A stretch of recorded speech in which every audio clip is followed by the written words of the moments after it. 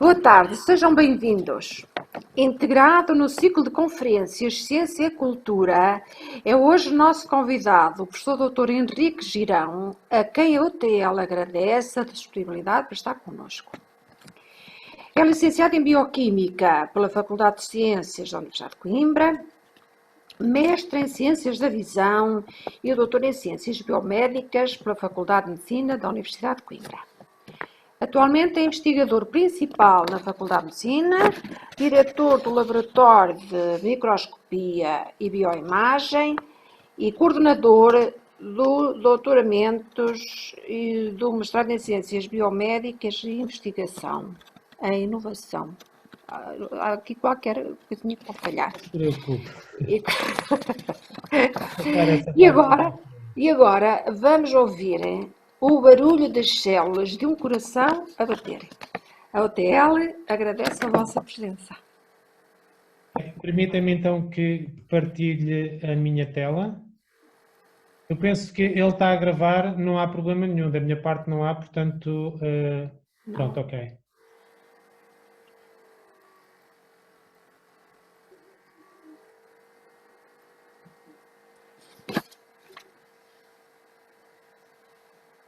Penso que podemos então começar. Antes de mais, boa tarde a todos e a todas. Queria começar por agradecer este honroso convite para estar aqui hoje a fazer a apresentação deste seminário. É uma grande responsabilidade e para mais quando um dos aspectos que irei abordar será precisamente a capacidade ou falta dela, ou competência ou falta dela, para os cientistas poderem falar para uma plateia que não seja só constituída por cientistas. Portanto, eu espero, tanto quanto me é possível, ser bem sucedido nesta exigente tarefa, sendo que vou aproveitar um pouco daquilo que é o meu trabalho de investigação, que desenvolvo na Faculdade de Medicina. Eu vou só uma pequenina apresentação. Este, naturalmente, é bom que se perceba que muitos dos aspectos que eu vou aqui referir vou utilizar em muitas circunstâncias uma linguagem um bocadinho, chamar-lhe abusiva, para que o discurso se torne mais perceptível e possamos discutir, eventualmente, se entenderem interessante, mas em alguns pontos eu vou perder algum do rigor científico, mas penso que é importante, desde que nós saibamos que eu estou a correr esse risco e estivermos todos dispostos a correr, eu penso que não há problema. Portanto, começando logo pelo título, o barulho das células do coração a bater.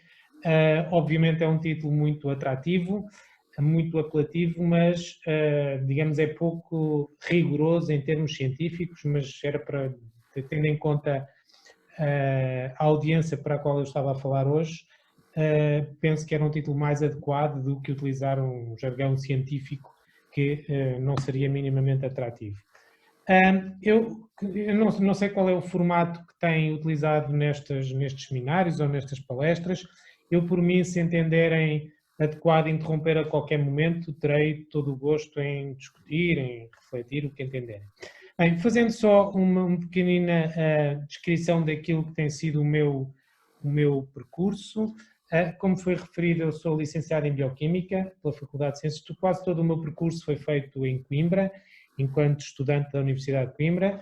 Depois fiz um mestrado já na Faculdade de Medicina, um mestrado em Ciências da Visão. Portanto, eu comecei a fazer a minha carreira, digamos, científica na parte da visão, da oftalmologia, e só depois, mais tarde, passei para a parte do coração e daí o barulho das células de um coração a bater. Durante esta fase mais avançada da minha formação, doutoramento, fiz alguma parte em Coimbra, a larga maioria, mas fiz também uma parte na Escócia e nos Estados Unidos, menos. E ultimamente, como foi referido, tenho, digamos, o meu emprego é na Faculdade de Medicina, sou um privilegiado por poder fazer aquilo que gosto imenso e ainda por cima não me pagam para isso. Portanto, é um privilégio tremendo poder ter esta atividade que dedico da melhor forma que posso e sei, e é para a Faculdade de Medicina trabalho, onde, para além da minha atividade de investigação, onde sou responsável por um grupo de investigação, tenho também diversas outras tarefas, nomeadamente em termos de gestão.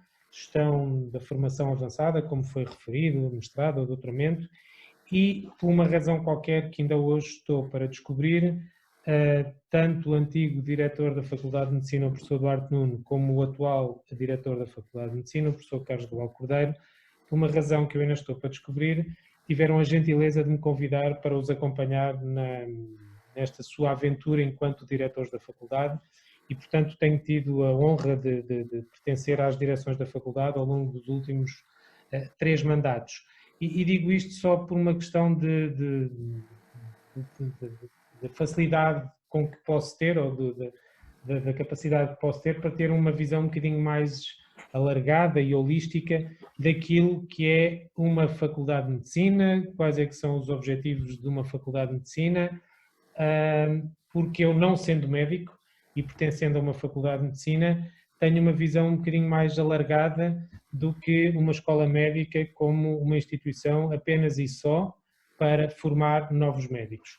Eu, na minha muito humilde opinião, acho que uma faculdade de medicina tem um papel que vai muito para além disso, nomeadamente em termos de investigação, e eu aí naturalmente sou suspeito para falar porque tenho uma carreira de investigação, mas penso também que tem um papel importante digamos, na educação da sociedade, de preparar a sociedade, tornar a sociedade mais informada, mais e melhor informada, no que a temas da saúde diz respeito. Naturalmente isso terá implicações em termos de atitudes perante a saúde e perante a doença, a adoção de melhores estilos de vida, e utilizando todos aqueles chavões que todos nós conhecemos, o envelhecimento ativo e saudável, que é um tema tão caro à Faculdade de Medicina, mas isto só para dizer que, para além da investigação e do ensino, onde dou aulas, tenho também investido algum do meu tempo e tenho dado a minha modesta contribuição para que a Faculdade de Medicina possa ser muito para além de uma simples escola de formação de novos médicos. E uma área à qual me tenho dedicado particularmente é precisamente a área da comunicação. E se parte do meu trabalho científico diz respeito à comunicação entre as células num organismo, entre as nossas células, nomeadamente no coração, e já vamos falar sobre isso, também me tem interessado a comunicação entre pessoas. E num contexto muito particular, que é a comunicação da ciência comunicada de uma forma que seja perceptível e entendível por todos. Porque eu acredito, por mais complicado e complexo que seja aquilo que nós estudamos, nós, cientistas, pessoas da ciência, têm a obrigação de saber explicar de uma forma simples a qualquer pessoa. Tipicamente o que nós costumamos dizer é uma criança de 7, 8, 9 anos deve conseguir compreender aquilo que nós fazemos. Naturalmente temos que ajustar o nosso discurso e penso que este tem sido o desafio nos últimos anos dos cientistas. Se antigamente os cientistas, e tenho aqui este bonequinho a mostrar isso, eram vistos como umas entidades um bocadinho bizarras, estranhas, aliadas do mundo, vivendo na sua bolha, em que não tinham quaisquer competências, quase competências sociais, mal vestidos, mal encarados, etc. O paradigma hoje em dia mudou muito, felizmente, o que obriga, e naturalmente a sociedade também está muito mais atenta, é muito mais exigente, e portanto isto obrigou a que os cientistas também mudem um pouco a sua atitude. Não basta falar só entre pares ou entre pessoas que se entendem com uma determinada linguagem, naturalmente isto é extensivo a qualquer área do saber, nomeadamente, por exemplo, também à área médica, onde é muito comum os médicos utilizarem uma linguagem muito codificada ou encriptada que mais ninguém consegue perceber. Também os cientistas têm, muitas vezes parecendo que é chique e que fica bem dizer as coisas que os outros não percebem, só para tornar a coisa um bocadinho mais complexa e obscura. Como eu dizia, o paradigma mudou. E, portanto, nós, hoje, pessoas da ciência, somos obrigados, e ainda bem, a adotar um outro estilo que passa por utilizar estratégias, discursos que toda a gente nos possa entender. Naturalmente é diferente se eu estiver num congresso a falar para cientistas, é diferente de eu estar num congresso, de estar aqui hoje a falar para esta audiência. Mas isso um cientista, digamos, mais completo deve ser capaz de fazer as duas coisas. E é por isso que eu, na altura ainda da direção do professor Duarte Nuno Vieira, propus a criação de um laboratório de comunicação em saúde, na FMUC, onde, sob este chapéu, nós temos lançado várias iniciativas, precisamente para promover esta aproximação, esta abertura da Faculdade de Medicina à sociedade. Uma que organizámos em tempos, agora não, infelizmente, nestes períodos mais restritivos devido à pandemia, mas chegámos a organizar, por exemplo, concertos com saúde, chamados concertos com saúde, onde transmitíamos conteúdos de saúde ao som da música, enfim, organizámos diversas iniciativas. Aquela que porventura é a mais conhecida é uma newsletter que se calhar alguns de vós terão tido já a oportunidade de ler, que é uma newsletter mensal, que se chama VoiceMed, e aqui a ideia é também não só contribuir para a promoção da literacia em saúde na sociedade, mas é também uma forma de dar voz a todo o corpo da faculdade, ou seja, para que se desmistifique um pouco esta ideia de que a faculdade é só feita de senhores professores. Não é, a faculdade é feita de muitas pessoas, professores, investigadores, pessoal não docente, alunos, etc., e que toda a gente tem uma contribuição igualmente importante para o sucesso da faculdade. E, portanto, quando decidi e propus a criação deste, digamos, órgão de promoção e divulgação da Faculdade de Medicina, chamada VoiceMed, é precisamente com o intuito também, não só de transmitir conteúdos de saúde, mas também dar voz a toda a gente da faculdade, desde o senhor da secretaria que lança as notas, até ao professor super catedrático, que é uma sumidade na área, mas dar a ideia de que a faculdade, o corpo, todo ele é importante para que sejamos bem-sucedidos nestas diversas dimensões e tarefas. Pronto, só para falar um pouco para além da comunicação, do bater do coração, também tem sido um tema que me tem, digamos, apaixonado, é também este aspecto da comunicação em ciência. E, como eu vos disse no princípio, e sou suspeito para isso, uma faculdade de medicina, para além de criar novos médicos, ou seja, desta sua vertente de ensino e formação, tem que ser também uma estrutura produtora de conhecimento. E, naturalmente, esse conhecimento faz-se através da investigação. Provavelmente, se perguntasse quais é que seriam as universidades ou as faculdades de medicina mais conhecidas em todo o mundo, provavelmente refeririam Oxford, Cambridge, Harvard, MIT, uma série de outras. Naturalmente, o ensino e a qualidade do ensino é muito importante, sem dúvida alguma, mas, naturalmente, elas são conhecidas, elas são famosas, elas estão nos primeiros lugares dos rankings, não apenas pela sua qualidade do ensino, mas, essencialmente, por aquilo que contribuem para o avanço do conhecimento, ou seja, pelo investimento que fazem em termos de investigação. E, portanto, é um bocadinho inspirado nestas grandes escolas médicas que eu tenho tentado, naturalmente, na medida do possível, não só dadas as minhas próprias limitações, mas também as limitações do momento em que vivemos, e nomeadamente orçamentais, que poderão perceber facilmente que são grandes, mas tenho tentado, na medida do possível, promover estas atividades de investigação dentro da faculdade, sempre na perspectiva de que são um pilar importante para tornar a nossa escola mais atrativa. Porque acredito que as pessoas podem ensinar melhor se estiverem particular e ativamente envolvidas na produção do próprio conhecimento, não ser apenas uma transmissão daquilo que lemos nos livros, porque senão qualquer pessoa podia, desde que lesse, estudasse, podia lecionar qualquer matéria.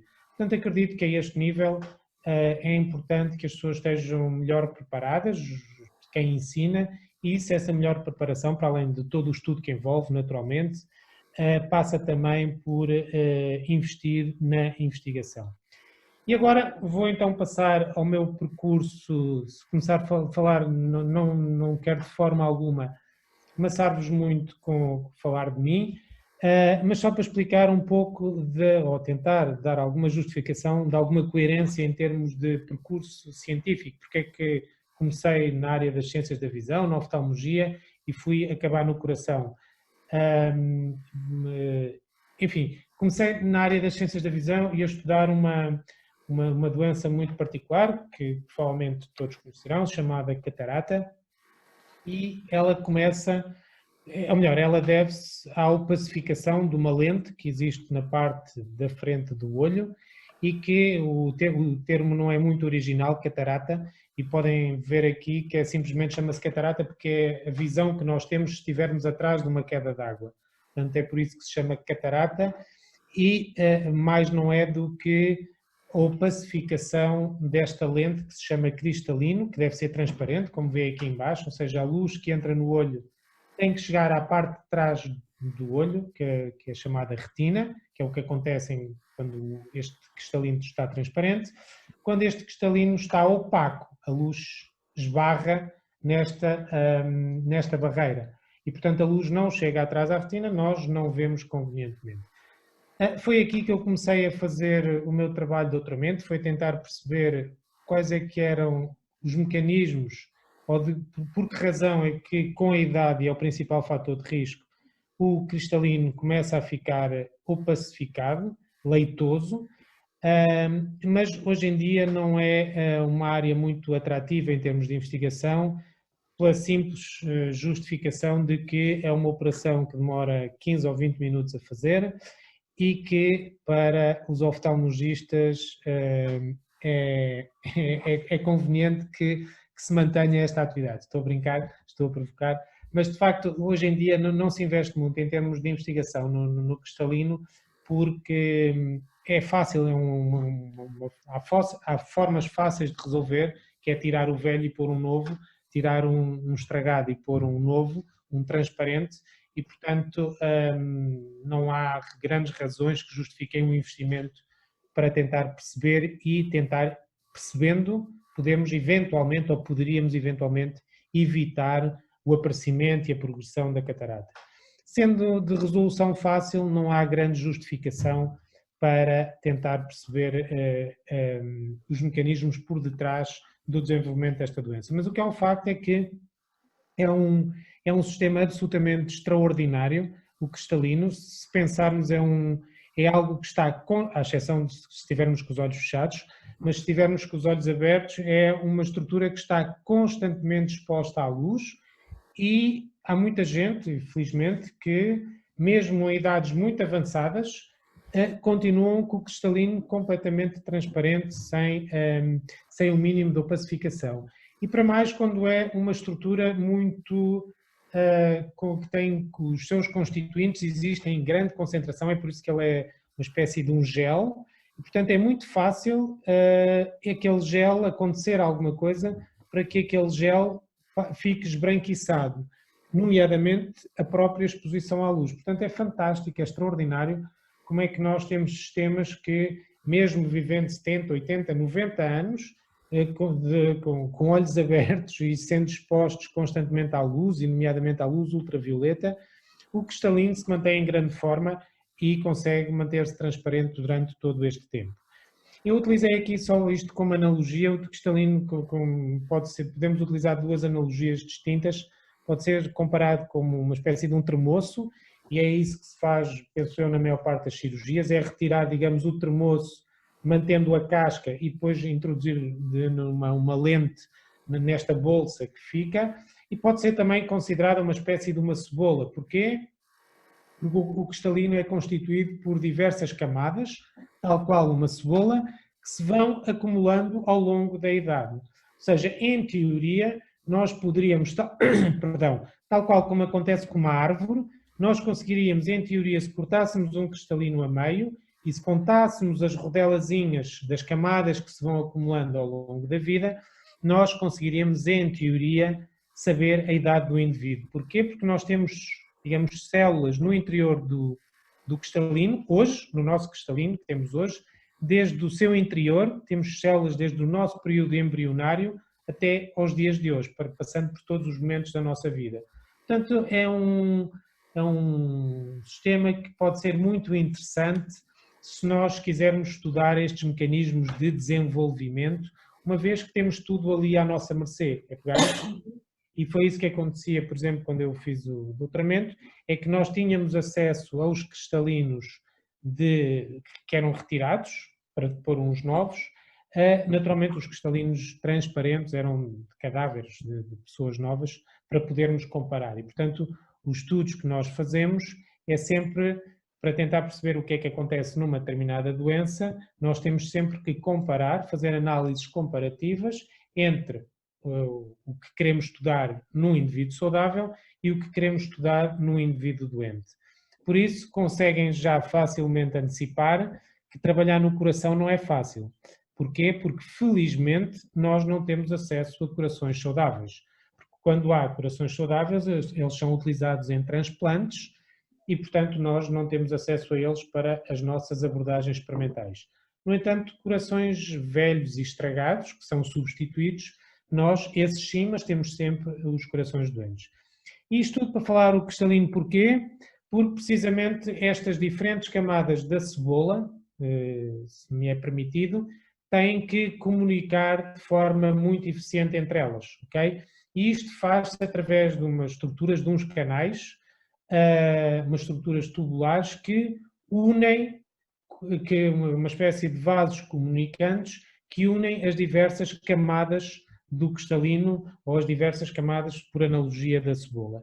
E, portanto, o meu interesse pela comunicação começou exatamente aqui, é saber como é que as partes mais internas do cristalino, chamado núcleo, consegue comunicar com as partes mais exteriores do cristalino, que são aquelas que estão junto, digamos, e agora passando para o termoço, mais junto à cápsula do termoço.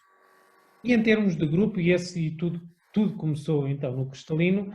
No entanto, como eu vos disse, o cristalino é hoje em dia um sistema pouco atrativo para obter financiamento, e se há coisa que nos falta muito é financiamento. Portanto, todo o trabalho que nós temos no laboratório só o conseguimos à custa de financiamento que é altamente competitivo, e posso dizer-vos que assim, em grosso modo, a maior parte dos concursos a que nos candidatamos, as taxas de sucesso variam entre 5% a 10%, ou seja, se apenas 5% a 10% dos projetos de todos que são submetidos é que são financiados, estão a ver que é um mundo altamente competitivo e, portanto, temos que encontrar os nossos nichos, e o cristalino não era definitivamente um bom nicho, porque não há muita gente a querer investir no cristalino. Daí a nossa mudança para o coração.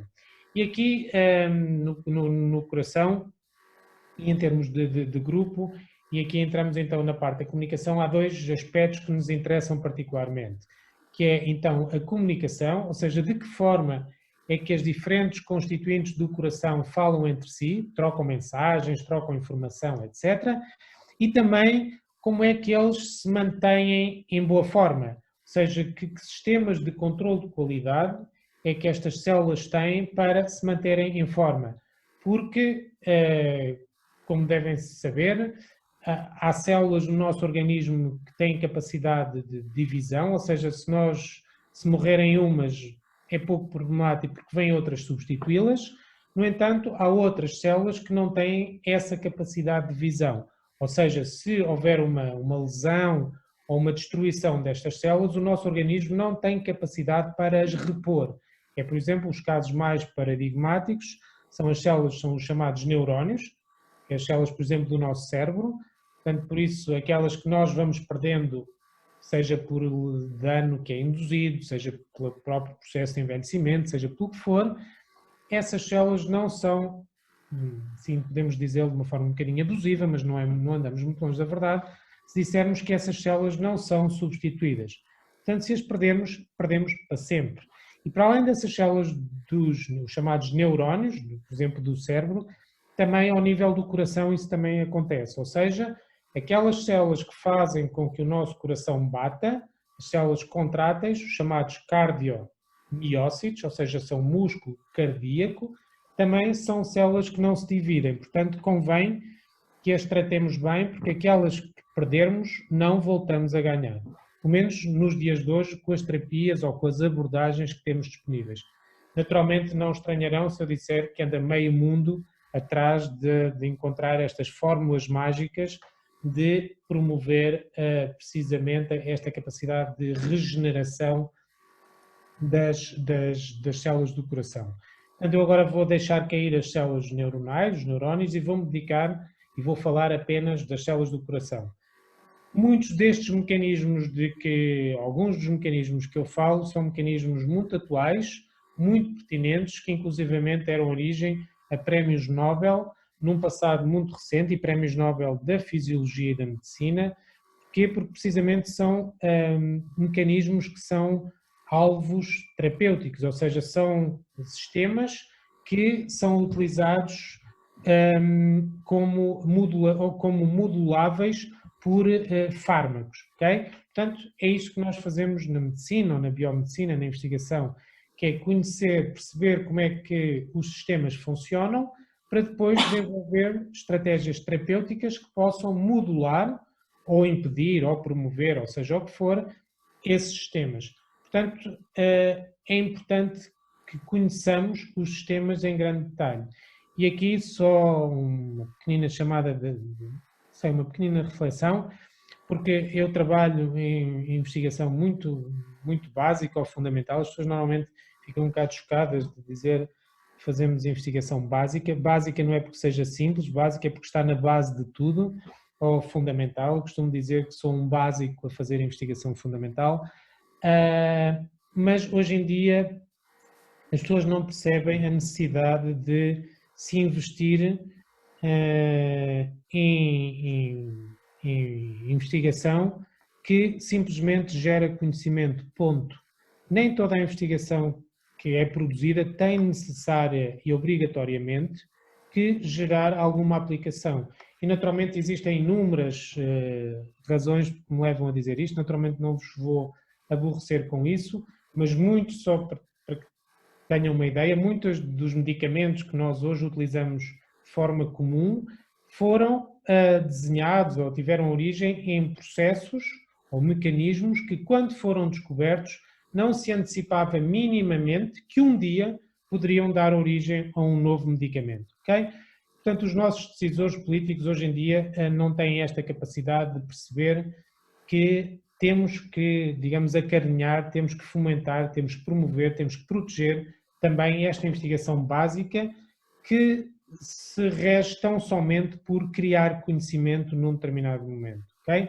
E às vezes estamos a estudar coisas bizarras, aparentemente bizarras, que não parece que possam vir a ter algum futuro em termos de novos medicamentos ou novas terapêuticas, etc. No entanto, o futuro depois reserva-nos boas surpresas e vem-se a descobrir que afinal aquilo serve como excelente alvo terapêutico para diversas patologias.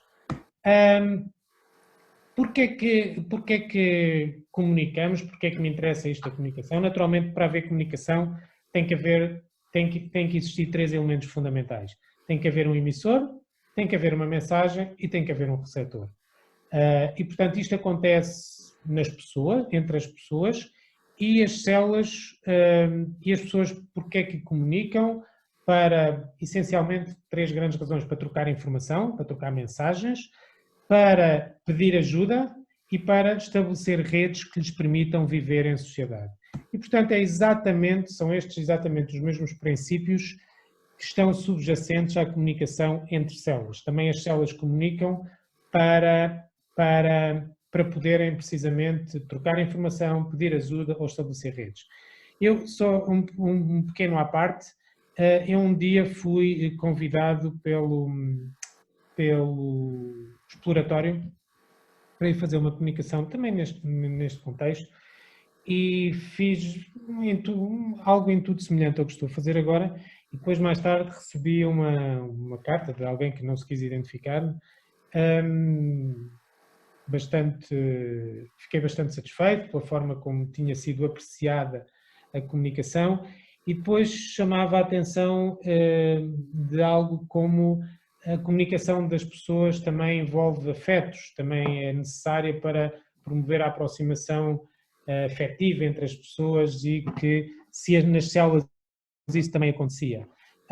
Naturalmente não tive a oportunidade de resposta porque não sabia a quem responder, nem para onde responder, mas efetivamente, tanto quanto se saiba, nos dias de hoje, não me parece que as células tenham sistemas tão sofisticados, enquanto nós, humanos, enquanto organismo complexo, e não esquecer que este organismo complexo que permite estes sentimentos, reações, etc., é feito destas células, é feito desta química e, portanto, é tudo isto que, no fundo, faz com que tenhamos sentimentos, tenhamos dores de cabeça, nos esqueçamos das coisas ou não, nos lembremos de outras, etc, etc. Mas, no fundo, naturalmente eu compreendo que a comunicação entre pessoas possa ser, compreendo, e é verdade, possa ser um bocadinho mais complexo do que isto, mas para facilitar um bocadinho a abordagem, atrever-me a dizer que são as 3 grandes razões que regem a comunicação não só, ou subjacentes, não só a comunicação entre pessoas,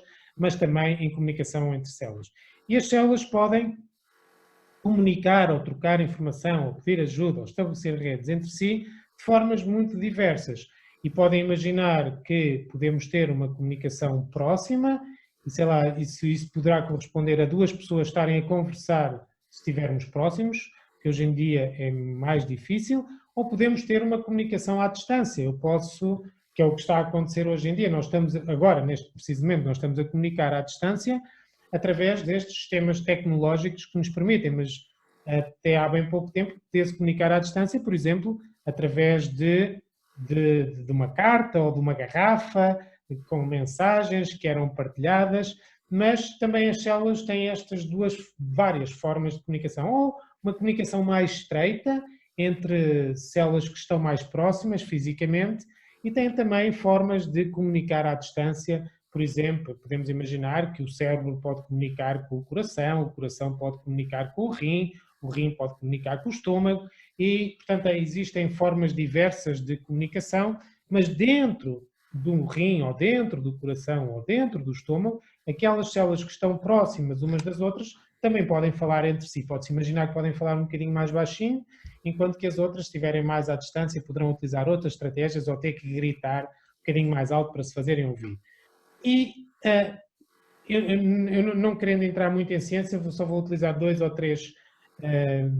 três palavras um bocadinho mais, digamos, agressivas, que é para explicar esta comunicação que pode existir entre 2 células vizinhas ou 2 células adjacentes, que se pode fazer através de uns canais que se formam, que praticamente, como tem aqui uma espécie de analogia desta barragem, que permitem que o conteúdo de uma célula possa passar para a outra célula que está adjacente. E, portanto, há uma troca de informação, podem passar coisas de um lado para o outro através destes canais. Pode também acontecer as células comunicarem à distância através, digamos, de uma espécie de pacotes de informação que as células podem libertar em determinadas circunstâncias. Estes pacotes de informação estão aqui representados nesta forma de esferas e que levam no seu interior, levam a informação, levam a mensagem. E estas bolas, que a partir de agora vou-lhe chamar o nome real, científico, se chamam exossomas, se calhar alguns de vós já terão ouvido falar, porque de facto são estruturas que estão super na moda. Portanto, se há tema da moda na ciência, não só no coração, mas na ciência de uma forma global, são estes exossomas, e já vamos perceber porquê. Estes exossomas, no fundo, são pacotes de informação que são libertados, são produzidos, são secretados por determinadas células, podem ir, por exemplo, na circulação e chegar a outras células. Vamos imaginar que é uma espécie de um envelope, esta outra célula abre o envelope, lê a mensagem que lá vai dentro e pode alterar, digamos, o seu comportamento, a sua atitude, ou seja, este conteúdo desta célula pode levar a uma alteração de função, de comportamento da célula que a recebe. Okay? E são estas 2 formas que nós estudamos no coração. Naturalmente, escusado será dizer que penso que isto é por demais conhecido por toda a gente, que as doenças cardiovasculares continuam, apesar do forte investimento, continuam a ser a principal causa de morte no mundo. E quando digo cardiovasculares, naturalmente eu aqui refiro-me também, por exemplo, aos acidentes vasculares cerebrais, não só ao coração, portanto tudo o que envolve disfunção dos vasos. Alguns destes fatores de risco podem muito bem ser por nós controlados e evitados, todos conhecem, mas eu não vou entrar nestes detalhes. Isto é só para, digamos, como eu dizia há pouco, quando eu quero convencer alguém de que me deve dar dinheiro para eu trabalhar, para fazer a investigação, eu digo, esta é uma boa porta de entrada, ou seja, as doenças cardiovasculares são a principal causa de morte no mundo, de morbilidade e mortalidade. Portanto, se calhar, deem-me dinheiro que eu vou tentar ajudar a resolver este problema. Portanto, este é o slide que eu costumo utilizar para abrir as hostilidades quando tenho que defender o meu trabalho. O coração, todos sabem, é uma bomba que a principal função é fazer chegar o sangue aos outros órgãos distantes, ok? Portanto, é uma bomba absolutamente extraordinária e fantástica em termos evolutivos, como conseguimos chegar a este nível de perfeição.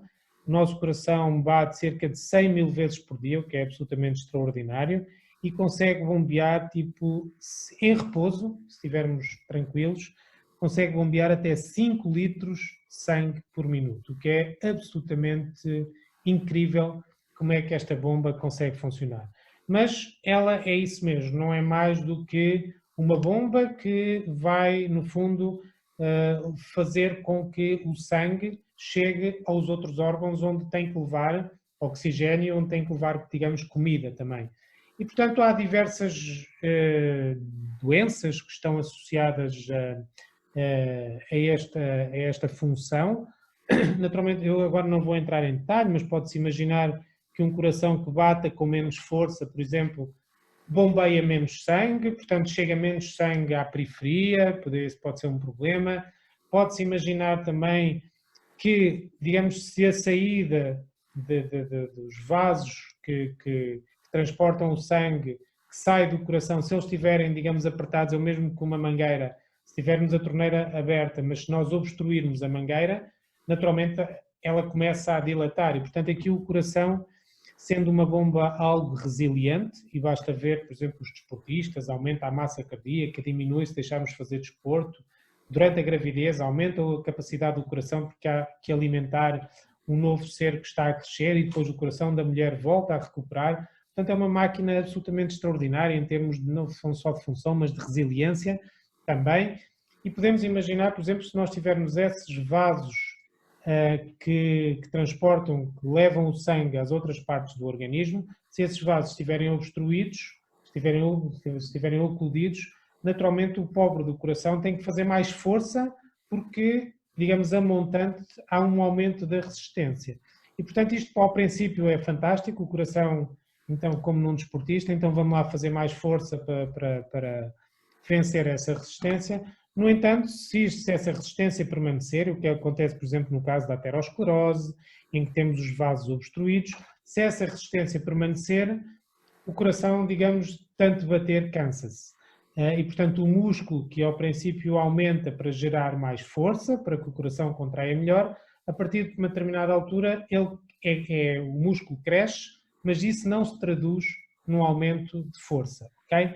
Portanto, de um modo geral, o que se chama a essas doenças chama-se insuficiência cardíaca, porque não há o transporte suficiente de sangue aos órgãos.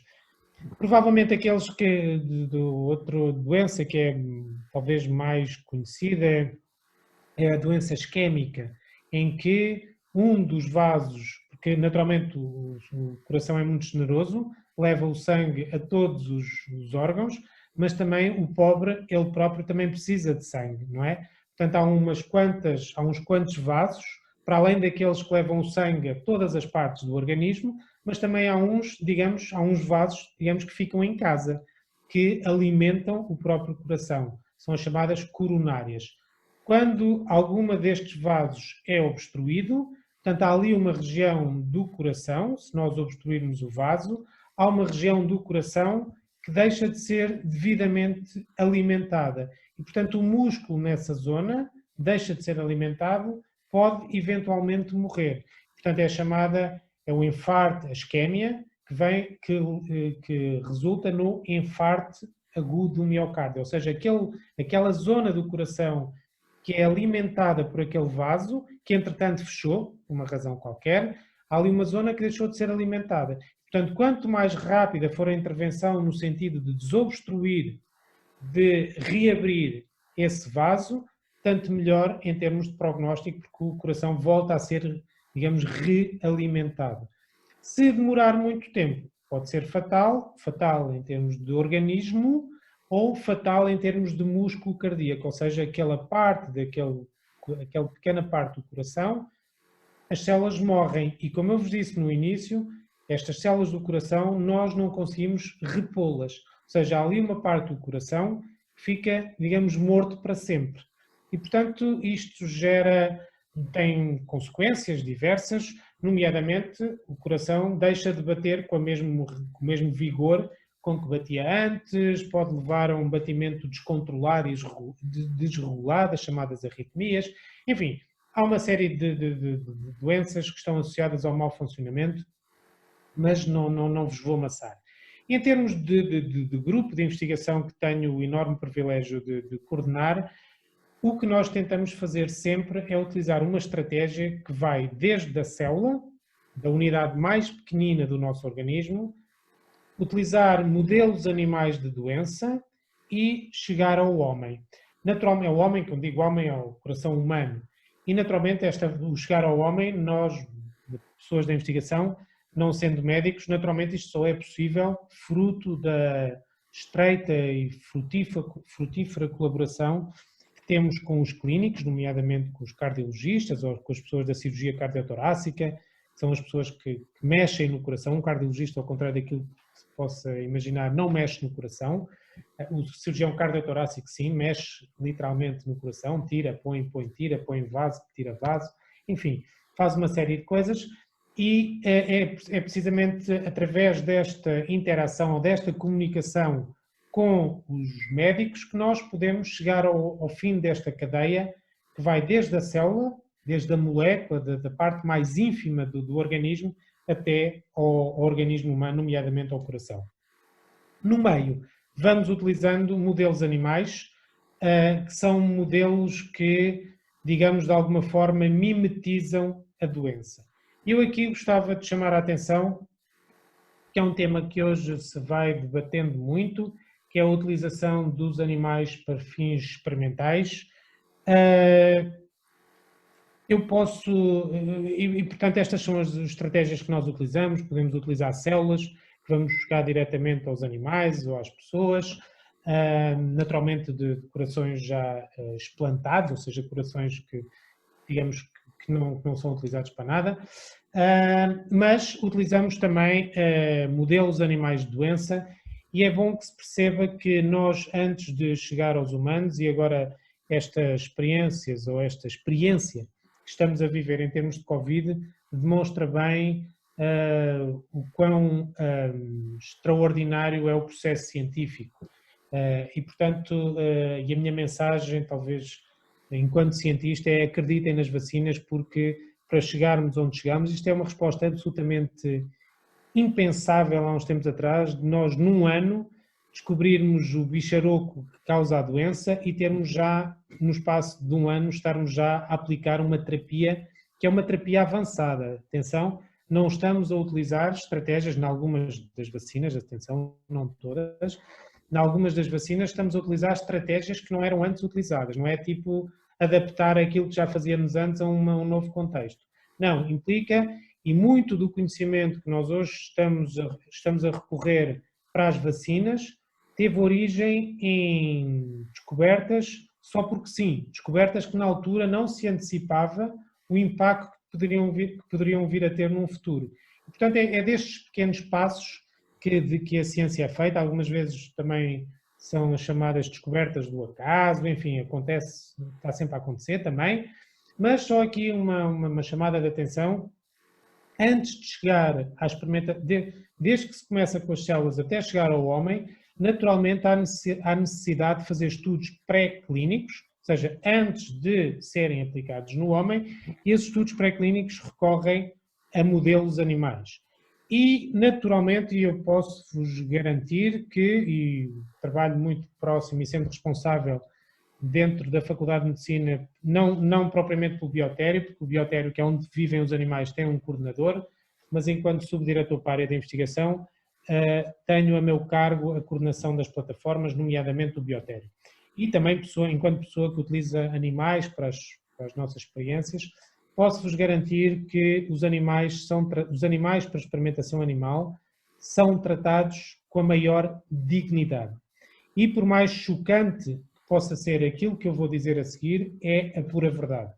E perdoem-me aqueles que acharem que de facto pode ser um bocadinho chocante aquilo que eu vou dizer, mas infelizmente muitos destes animais são tratados com mais dignidade na vida e na morte do que, infelizmente, em alguns casos, em termos de humanidade. Okay? Portanto, posso-vos assegurar que ao mínimo sinal de sofrimento, de dor, etc., há uma comissão de ética que impede que as experiências prossigam caso haja o mínimo sinal de qualquer tipo de sofrimento. O que às vezes até nos dificulta um bocado o trabalho, porque se nós quisermos, por exemplo, ver ou reproduzir aquilo que acontece nos humanos em fases tardias, que infelizmente envolvem alterações profundas com eventualmente algum sofrimento, e podemos estar a falar, por exemplo, de doenças oncológicas, isto muitas das vezes nós não podemos chegar a esse estado porque não nos é permitido, porque estamos a infligir algum tipo de sofrimento aos animais. E, portanto, posso assegurar-vos, naturalmente, que se me disserem que viram filmes, não sei aonde, que se faz, naturalmente isso é como tudo na vida. Portanto, há uma conduta que toda a gente deve seguir e respeitar, em termos éticos. Agora, se as pessoas não fazem, portanto, houve aqui há tempos uma polémica que o PAN e não sei o quê, que se devia pôr câmaras nos biotérios, câmaras de vigilância para filmar. Eu penso que a atitude não passa por aí, passa por educar as pessoas, por sensibilizar os cientistas de que devem respeitar os animais. E, portanto, a experimentação há um conjunto de regras que temos que seguir e penso que o caminho é esse, não é impor medidas punitivas, porque eu, se quiser, faço mal aos animais por trás das câmaras, quer dizer, tiro o animal do biotério e faço no meu laboratório, onde não há câmaras, posso fazer-lhes as maiores atrocidades.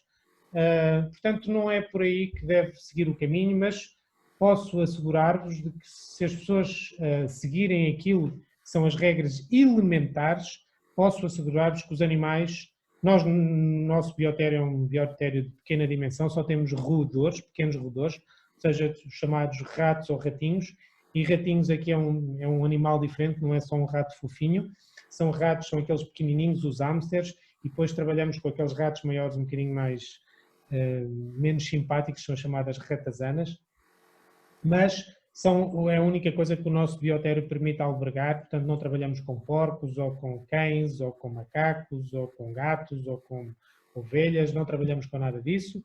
Por exemplo, no caso do coração, o porco é o modelo mais adequado, porque é aquele que tem o coração que é mais parecido com o nosso. Mas nós não temos condições para trabalhar. Naturalmente, muitos destes, o problema que se põe é que, eu costumo dizer em tom de brincadeira, só um ratinho muito distraído é que pode padecer de algum mal. Porque para os ratinhos há cura para o infarto, para todos os tipos de cancro, para as doenças neurodegenerativas, descobre-se tudo e mais um par de botas. Portanto, só um rato muito distraído é que pode padecer de alguns destes males. O pior é quando nós fazemos a transposição ou a translação para os humanos. Porquê? Porque, felizmente, se calhar alguns mais do que outros, somos bastante diferentes dos ratos e, portanto, há aqui alguns mecanismos que não são propriamente iguais e, portanto, este processo de translação, há aqui como se diz em inglês, o lost in translation, há aqui uma perda durante este processo de translação. Bem, mas isso era uma outra conversa que nos levava, mas aqui eu gostava de facto de chamar a atenção a esse aspecto dos modelos animais.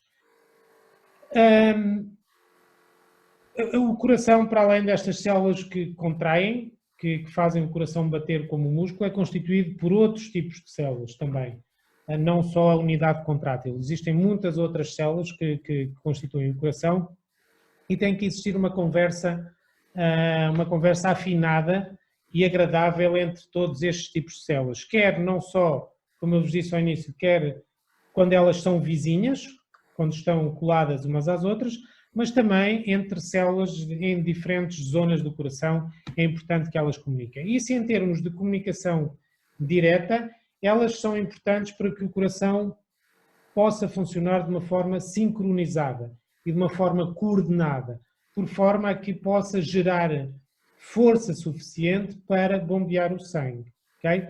E, portanto, isto tem sido um trabalho ao longo dos últimos anos do nosso grupo, é perceber de que forma é que esta comunicação que tem que existir entre as diferentes células do coração, nomeadamente entre estas células que fazem o coração contrair e relaxar também, mas contrair, como é que há a propagação, como é que desta informação, desde determinadas zonas do coração, têm características muito próprias, que trabalham sozinhas, muitas das nossas células, para funcionarem, nós temos que lhes dar ordens, certo? Ou seja, eu mexo esta mão porque o meu cérebro lhes disse para elas se mexerem. Eu pestanejo alguma parte, porque eu digo para pestanejar. Naturalmente, o respirar não depende de nós, é um ato, digamos, involuntário. Mas o coração também acontece isso, ele não bate porque nós lhe dizemos para bater. Ele bate espontaneamente. Por isso é que, não sei, já devem ter visto ou ouvido falar, que se nós tirarmos um coração a um organismo e o pusermos em cima da mesa, ele continua a bater durante algum tempo. Tem vida própria, digamos. E isso acontece porque há zonas do coração que têm atividade independente, têm autonomia para poder bater consoante lhe interessa. Por isso é que, basicamente, estas células batem uma vez por segundo, o que faz com que o nosso coração bata tipicamente 60, 70 vezes por minuto. Okay? E este sinal que é gerado nestas células tem que ser de uma forma muito eficiente propagado ou arrastado para todo o músculo cardíaco, para que no final ele possa bater de uma forma suficientemente produtiva para gerar força. E portanto é isso que nós temos estudado e temos tentado perceber como é que em condições patológicas esta comunicação pode estar afetada. Naturalmente são trabalhos de muitos anos e que envolveu muita gente e, mais uma vez repito, desde modelos celulares, modelos animais, até amostras de pessoas, e basicamente hoje nós conseguimos perceber um bocadinho mais sobre estes mecanismos de comunicação direta entre as células do coração. Para além desta comunicação direta, como eu vos disse atrás, existe também esta outra que é mediada por estas esferas, são uma espécie de envelopes que levam comunicação. E aqui o nosso objetivo, estas esferas chamam-se então exossomas, são estruturas muito apelativas, muito atrativas, primeiro porque nós podemos isolá-las da maior parte dos nossos fluidos biológicos, nomeadamente aqueles de fácil acesso, como a urina, sangue, saliva, lágrimas, etc. Nós podemos isolá-las, podemos caracterizá-las e eventualmente nós podemos descobrir no seu interior algo que nos indique a existência ou não de determinada doença, ok?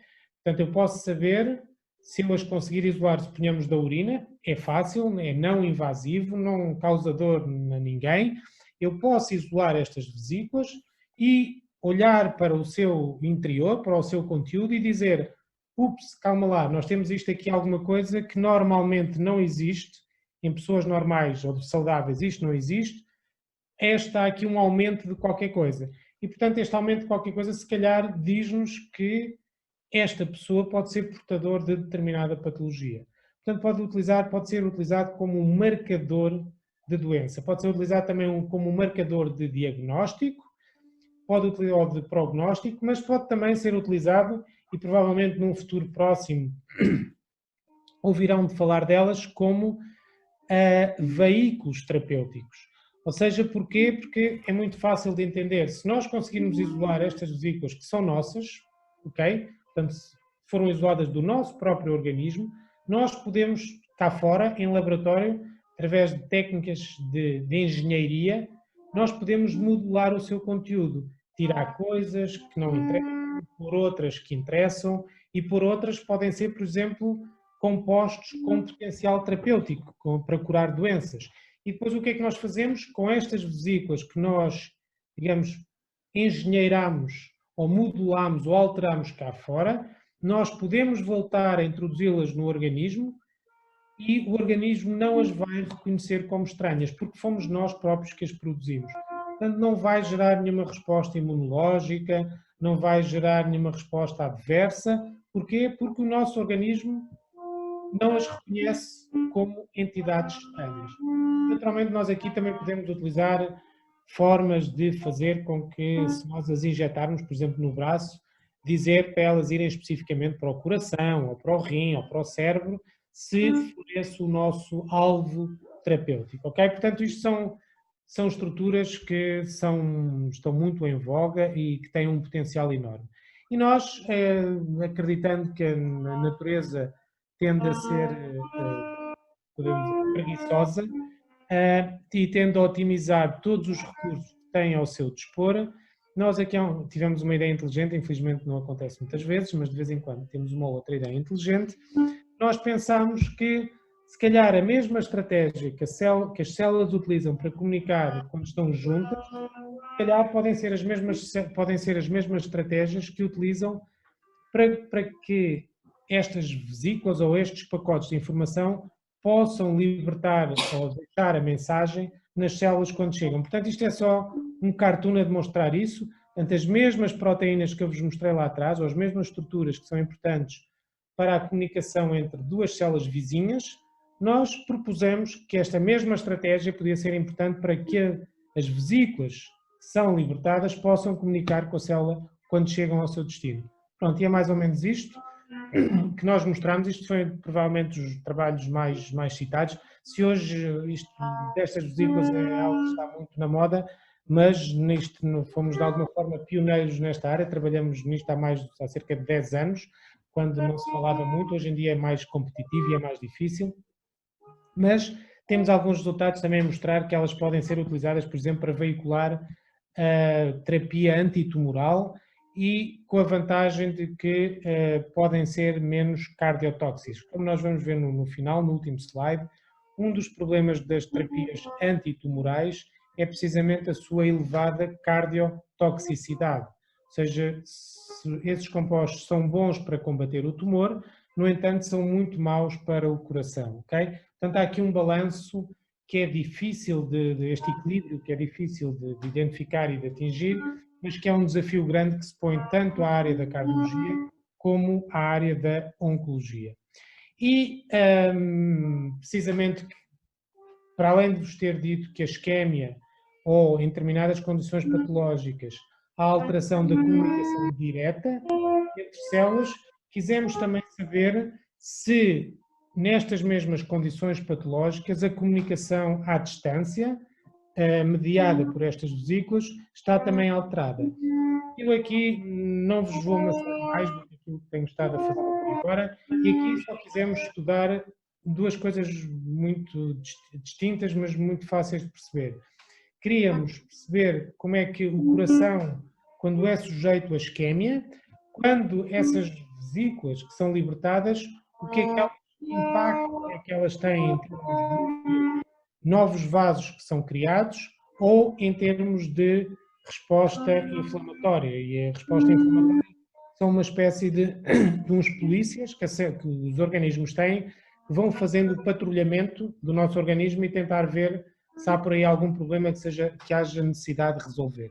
E, portanto, foi isso que nós fomos fazer, e aqui só para vos mostrar algumas das estratégias mais interessantes que usamos. Por exemplo, utilizamos ovos de pinto com ovos de galinha, que têm um pinto lá dentro, onde fazemos um buraquinho e podemos ver a formação de novos vasos. Podem aqui ver, portanto é um sistema engraçado, não vou entrar em grandes detalhes.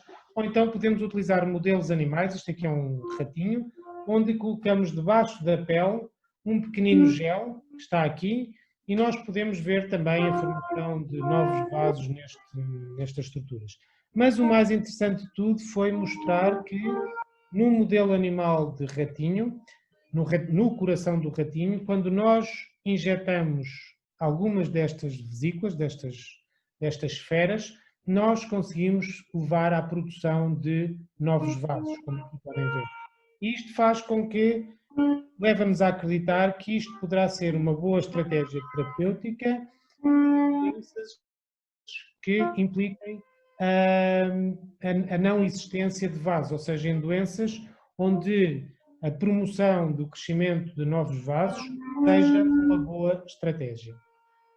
Portanto, é isso que está aqui identificado, ou seja, estas vesículas produzidas em condições patológicas, em concreto na isquémia, podem levar à formação de novos vasos no próprio coração, não é numa caixa de cultura no laboratório, é nós injetamos diretamente no coração de ratinhos, podem levar à formação de novos vasos. Temos também um outro trabalho, e aqui só uma menção muito rápida, com a cardiologia, que é na área da hipertensão pulmonar. Muitas destas doenças que eu tenho estado a dizer dizem respeito ao lado esquerdo do coração, ou seja, é o lado de onde sai o sangue para o organismo, para o resto do organismo, mas o coração tem também um lado direito, onde sai sangue que vai para os pulmões, ok? E portanto, mas o estudo é exatamente o mesmo. Se as artérias do lado direito, as artérias que saem do coração do lado direito estiverem obstruídas, estão a ver aqui, se compararem este com este, estas paredes estão muito mais próximas. Ou seja, há uma falência da atividade do coração, mas neste caso do lado direito. E aqui, através de uma colaboração e de um trabalho de doutoramento de um cardiologista no laboratório, identificámos um novo marcador de doença, ou seja, nós tiramos o sangue das pessoas e identificar uma determinada partícula e dizer se ela está alterada, então provavelmente esta pessoa tem a doença. Depois tentámos perceber também qual é que é o mecanismo e mais recentemente, sempre com o objetivo de tentar identificar marcadores periféricos, marcadores sistémicos que existam no sangue, que nos permitam identificar a presença de infarto do miocárdio, ou seja, saber em pessoas onde há algumas dúvidas em relação àquilo que a pessoa poderá estar a passar, se tem ou não, se estamos perante ou não um indivíduo com infarto do miocárdio. Na dúvida, o que nós procuramos é precisamente, em circulação, tentar encontrar marcadores que nos permitam dizer, atenção, este indivíduo, em princípio, está a ter um infarto agudo do miocárdio. Portanto, mais uma vez, utilizando estas estratégias, desde células em cultura, modelos animais e amostras humanas. Tudo isto permitiu-nos, todos estes mecanismos, permitiram-nos que identificar alguns alvos terapêuticos, utilizando a comunicação, e é isso que eu aqui quero dizer. Portanto, nós podemos utilizar, depois de conhecer os mecanismos em algum detalhe, algum dos processos em algum detalhe, o próximo passo, é isso que estamos a fazer, é tentar utilizá-los, manipulá-los, por forma que eles possam constituir bons alvos terapêuticos.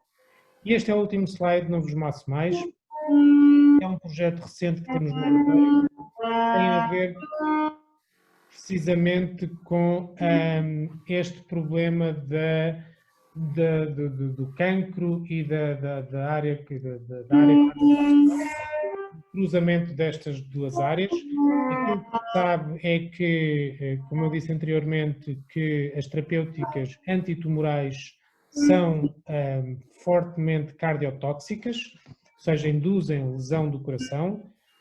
Isso já se sabe, mas na área da cardio-oncologia é muito nesse sentido. Ver de que forma as doenças, de forma é que as doenças, as terapêuticas antitumorais são cardiotóxicas. Nós temos agora uma abordagem um bocadinho diferente, é um dos projetos que temos em curso neste momento no laboratório, que é ao contrário, é perceber porque é que pessoas que têm um evento cardiovascular têm maior predisposição de vir a desenvolver tumores, cancro. Portanto, esse é o estudo, que é um dos estudos que agora temos no laboratório, que cruza então também a doença cardiovascular com o cancro. Naturalmente isto envolve mais uma vez diversas abordagens, mas temos também neste estudo, temos uma vertente muito societal, que o nosso objetivo é também sensibilizar as pessoas, e isso passa através de uma colaboração estreita entre a Fundação Portuguesa de Cardiologia, a Liga Portuguesa contra o Cancro, e a ideia é estabelecer uma espécie de, mais uma vez, se nós conseguirmos perceber estes mecanismos, identificar marcadores que nos permitam dizer, quando uma pessoa, por exemplo, tem um evento cardiovascular, se conseguirmos perceber se a presença de um determinado marcador predispõe a pessoa para o desenvolvimento de cancro passado 6 meses, essa pessoa poderá estar sob maior escrutínio ou maior controle clínico, e portanto é isso que nós agora estamos a fazer, entre outras coisas. Naturalmente, antes de finalizar e agradecer o primeiro pedido, que foi muito aborrecido, depois agradecer, naturalmente eu sou a pessoa que eventualmente tem o papel mais fácil, mas este trabalho ou este conjunto de resultados apresentado, ou este trabalho que nós desenvolvemos no grupo, portanto isto é um trabalho relativamente desenvolvido num curto espaço de tempo, só é possível porque tenho a sorte, o privilégio e a honra de ter no grupo pessoas absolutamente excepcionais e, portanto, o mérito deste trabalho é todo delas, é pouco meu, o meu só tem esta parte mais de exposição pública enquanto responsável pelo laboratório, mas para além de agradecer a vossa presença e a vossa paciência, quero também agradecer de uma forma muito reconhecida a todas as pessoas que estão no laboratório, que passaram no laboratório, que permitiram desenvolver este trabalho absolutamente extraordinário, de que muito me orgulho, e portanto estão aqui listadas algumas pessoas, quer colaboradores nacionais, internacionais, mas de facto o mérito deste excelente trabalho que eu tive a oportunidade de apresentar aqui hoje, o mérito é por inteiro deles. E eu agora, não sei, terminei, estou à disposição para alguma pergunta, comentário, crítica, que entenderem adequado. Eu vou interromper a partilha.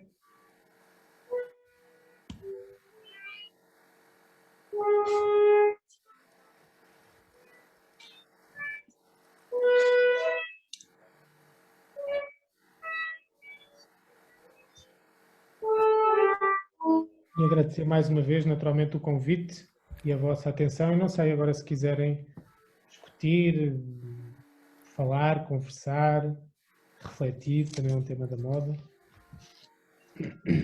Estou disponível. Gostava de dizer apenas, não sei se me estão a ouvir. Sim. Sim, que gostei imenso da sua apresentação. Adorei. Parabéns. Muito obrigado. Muito obrigado.